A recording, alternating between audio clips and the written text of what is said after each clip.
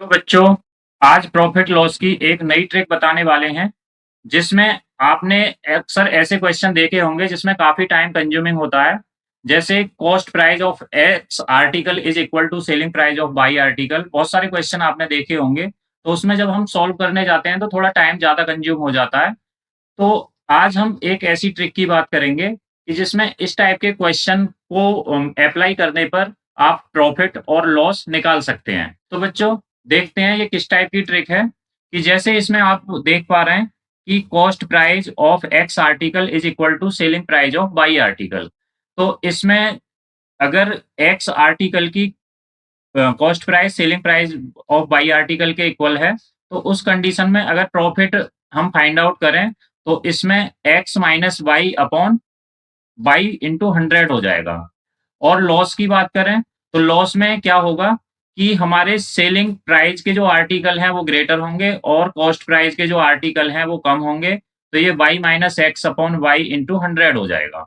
ये हिंदी में भी लिखा है कि एक्स वस्तुओं का क्रय मूल्य वाई वस्तुओं के विक्रय मूल्य के इक्वल है। तो इसमें हम क्वेश्चन करके देखते हैं, उससे आपको और अच्छे से समझ आएगा।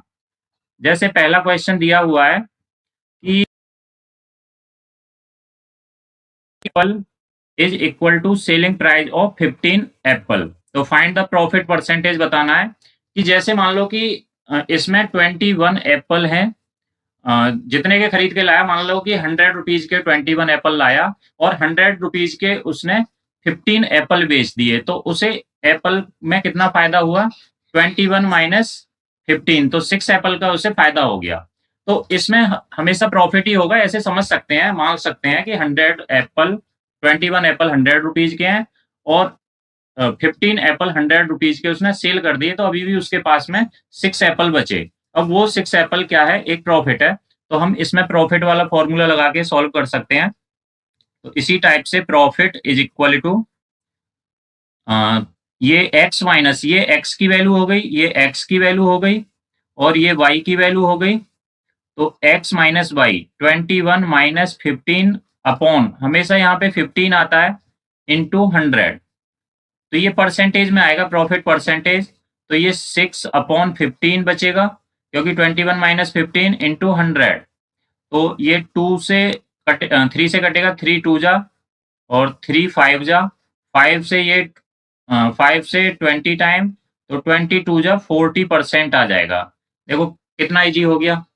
नेक्स्ट इसी टाइप से सेकंड क्वेश्चन है, उसमें दिया हुआ है कि 320 चॉकलेट्स का कॉस्ट प्राइस 400 चॉकलेट्स के सेलिंग प्राइस के इक्वल है। तो फाइंड द लॉस परसेंटेज बताना है। तो इसको भी इस टाइप से कर सकते हो कि 320 चॉकलेट्स का जो मान लो कॉस्ट प्राइस है वो 100 रुपीज है और 100 रुपीज की उसने 400 चॉकलेट बेचनी है।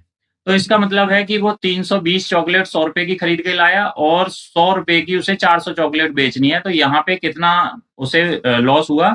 उसे 80 चॉकलेट का लॉस हुआ।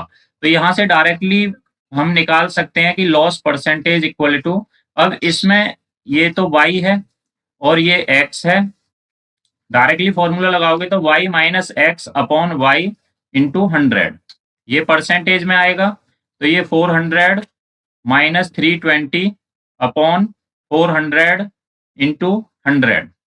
तो यहाँ से सॉल्व कर लेते हैं, परसेंटेज में आ जाएगा। तो ये हो जाएगा 80 ऊपर अपॉन 400 इंटू 100।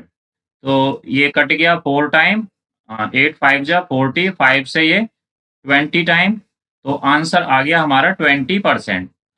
तो इस टाइप से बच्चों आप इजीली सॉल्व कर सकते हैं डायरेक्ट फॉर्मूला अप्लाई करके। तो इसी टाइप से हम आपको इस चैप्टर के मोस्टली फॉर्मूले बताएंगे, क्योंकि इसके क्वेश्चन बहुत बड़े-बड़े होते हैं। तो ऐसी वीडियो के लिए आप चैनल को सब्सक्राइब कर सकते हैं, जिससे आपको अपनी तैयारी करने में काफ़ी हेल्प मिल सके। Thank you.